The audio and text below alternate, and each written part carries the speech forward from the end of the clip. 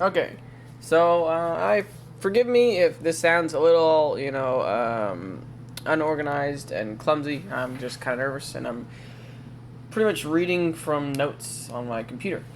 So let's go through the first slide, which just says TCP and kind of a little bit about UDP also. The second slide is titled, "What does TCP stand for?" TCP stands for Transmission Control Protocol. It's a type of protocol that is designed to transfer packets and different types of data and stuff like that.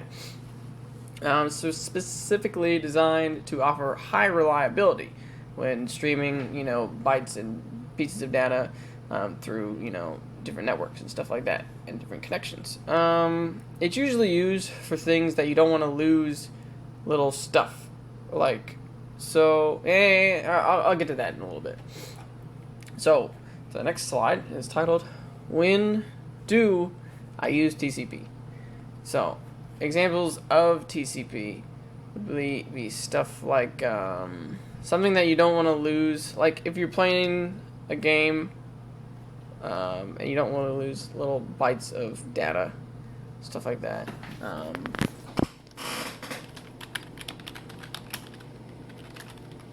Different like examples of it would be like if you're using a VPN, or if you're on the web, or you're in like a secure connection, or like email, I guess, would be another one that you wouldn't want to lose, bits and pieces of your email. Just TCP makes sure that all of your file, or all of the piece of data that you're receiving, is there, and it makes sure that none of it has been lost in the transaction. And so that's why, okay, let me just go on to the next one. TCP is technically a connection-oriented tool, which means it focuses more on the connection rather than just getting the data out there.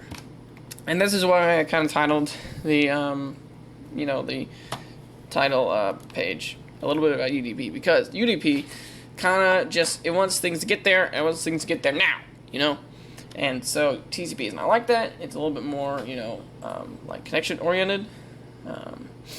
And UDP is a connectionless protocol. So it doesn't really care. It just spits out, boom, boom, boom.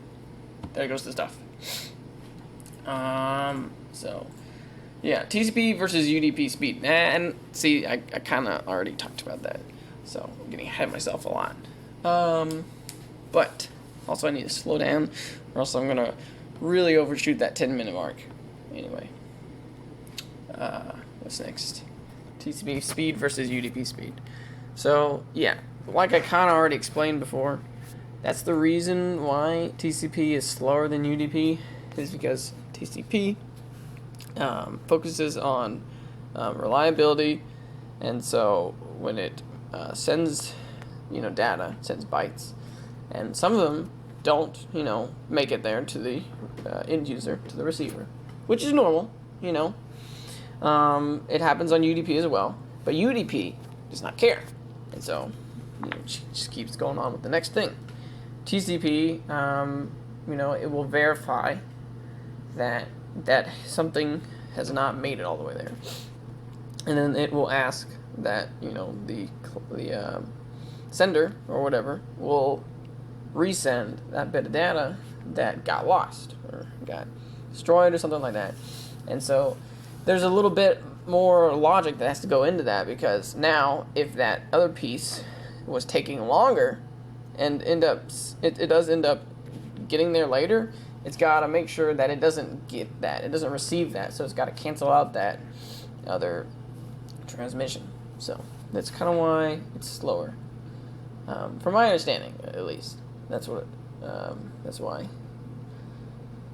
The next one is, why is TCP better than UDP? And that's kind of what I was just going into just then, because when you're streaming stuff and you're just transmitting data, there are certain instances where you want the data to be as like together, I guess, as you want. You know, it needs to be as continuous. You know, and so you need to not, you don't want to have bits and pieces of whatever you're looking at come up missing. You know, like if you were looking at like a database and you had little rows and columns missing, or values, something was missing a decimal point, that'd throw a lot of stuff off. So that's kind of why TCP is better. And again, it's not that it's better, it's that it works differently. And so there's different uses for different protocols in various instances. And so, but this is why you want to use TCP in certain instances. The next one is called What is a Handshake? Now, TCP operates on a three-way handshake, and that's why it's different than UDP. What that means is it has, separate connections where it transmits data. And the way that it marks as something has been received or sent or whatever is those handshakes. And so, and by the way, it's a virtual handshake. There's not really any physical thing, shaking or anything like that. It's just a name for that. It's just a phrase. But it's the process of like initiating a connection, which is the, if you've got a three-way handshake, that would be like the first part of it. Acknowledging the connection by the user, which would be like the, third. And then once it's been established, data transfers. It needs to successfully terminate the process or the transmission. And so the connection is then severed by closing the virtual, circuit. And so that's what that three-way handshake means. It's really more of like three, transactions between the client and the sender. The next line is titled, Why is TCP slow?